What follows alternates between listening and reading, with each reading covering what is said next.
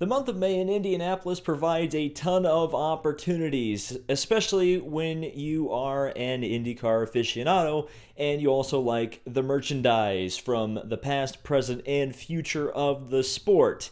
So I'm doing a David Land buys for the first week of Indy 500 month.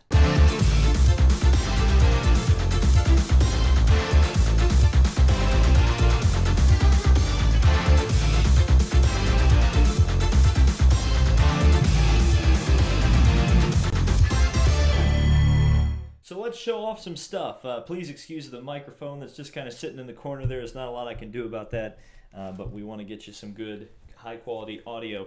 So at the Fernando Alonso test, which was the first kind of stuff I bought here at the Indianapolis Motor Speedway, I got some Target stuff because, of course, that stuff's not going to be around much longer. So I got the Legend Returns t-shirt, which is, of course, paying tribute to the Legend of the Bolt, as it were. I think that's what this shirt is actually called. So showing off a lot of the history of the Target scheme and the Target Lightning Bolt, and obviously that's a very apropos shirt considering it was their last season in IndyCar racing. Speaking of last season in IndyCar racing, I also bought the Target jersey, which was on clearance for $30.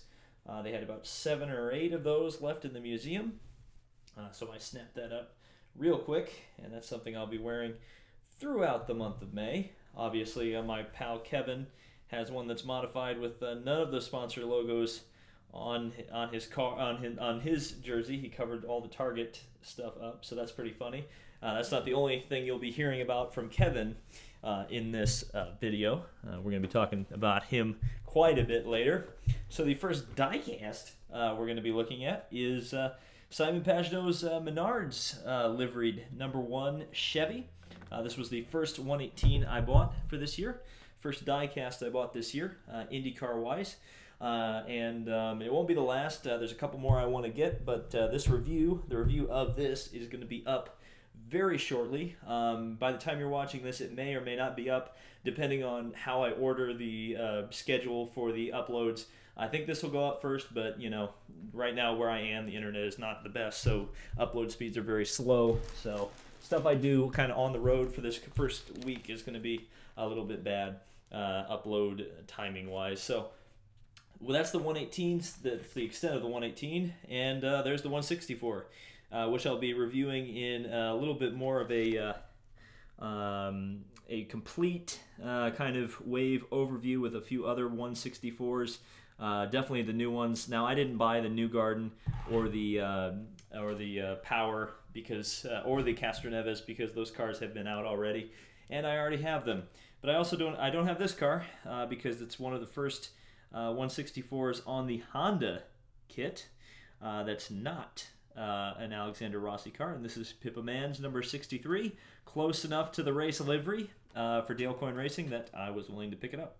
So you'll be seeing both Pagenaud and Pippa's car reviewed very shortly on this channel, along with hopefully a few others.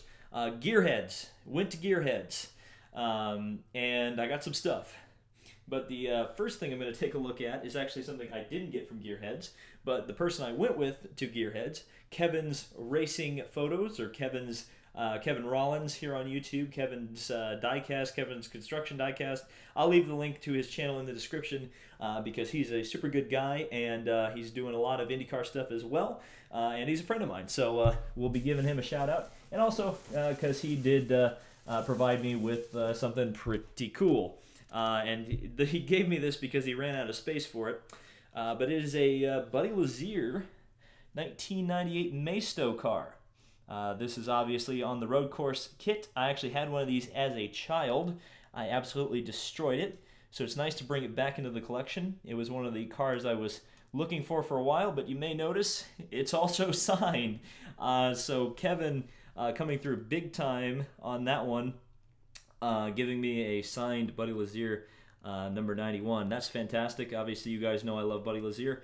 And this will go great with my collection. I've got a 143rd I was given by Robbie Noonan, and then for transporting some of his diecast. I've also got the 96 winner. I've got the 2001 #1 car. I've got a lot of Buddy Lazier stuff. So fantastic. That collection's growing. I'm going to stick that car right there, and I think I may start moving things off of the table as we keep talking here. But also at Gearheads, I picked up this. It's something I've kind of wanted for a while. It's not a very accurate diecast, but it's a Jeff Andretti 1991 Bayside Motorsports Haviland number 86. It's from the Matchbox 75th Anniversary Indy 500 collection.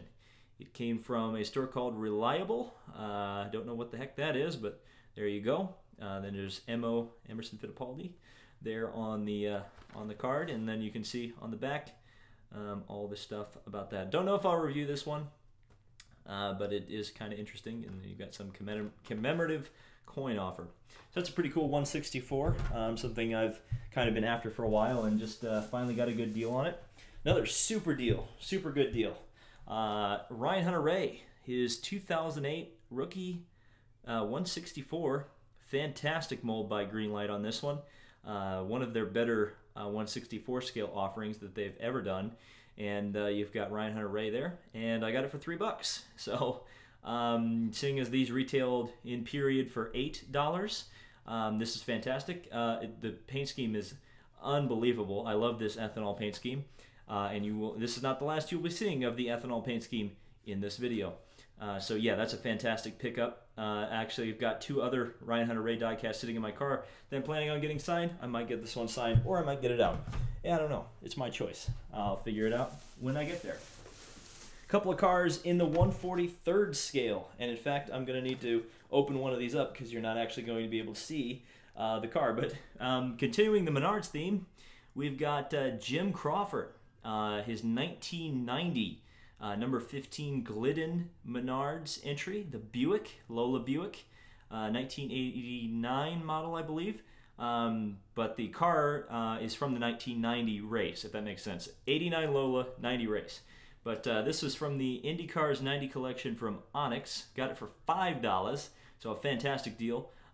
This whole Indy Cars 90 collection is fantastic. In fact, they did 23 of the 33 starters from the 1990 race, and the 1990 race is maybe one of the most, in terms of technical diversity, one of the most technically diverse in terms of chassis, engines, and tires that we've seen in a very long time, the last 30 years of the Indianapolis 500. Now I got to open this car up really quick on camera. I'll let you guys kind of take a gander at kind of the pile there as I'm doing this, because I picked up this car, which actually had some stuff on top of it to keep it from fading in the sun, which I appreciate Gearheads did. But this is the 1990. This is the same collection as this car, so it's from the same race. The 1990 Didier Tays, Vince Granatelli Racing, number 70, Tune-Up Masters, Marlboro sponsorship, legitimate Marlboro sponsorship. This was a Penske Buick, a Penske chassis with a Buick engine somehow shoehorned into the back of that car. Another $5 one. Here's the box if you want to take a look at that. So pretty cool. You can see tune-up Penske Didier Tays, and that's pretty much all that on there. But this is a really cool looking diecast. And like I said, the Gearheads did a fantastic job keeping the car together, because these Vince Granatelli cars kind of had a tendency to fade over time. So the fact that it was in the sun, he made sure that this car did not fade, and it looks fantastic. The Penske chassis, the Penske 90 chassis is a fantastic looking chassis. Very, very beautiful car, and I'm very happy to have picked it up. So I'm going to move the Lazier car because I got to make room for the final thing I purchased at Gearheads. And this is something I've been looking for quite a long time, and it's something that may surprise you because it's not really something that a lot of people talk about, and certainly not me, kind of being a cartophile or whatever. But this is the number 17 Jeff Simmons ethanol Panos. This is the only Panos that was produced with the ethanol scheme on it. Now, they produced a few of the Delaras, but like I said, I think this scheme is absolutely fantastic, and I think the Panos car is equally beautiful. So this car is from 2006, I believe. Rahal Letterman Lanigan Racing. teammates with Danica Patrick and Buddy Rice. Obviously, Simmons was the third wheel, certainly, on that team. Obviously, this was the year that Paul Dana was killed in this car, so they were probably originally going to do a Paul Dana car, but ended up switching to Jeff Simmons. But I think that's a fantastic die-cast, fantastic price, $25.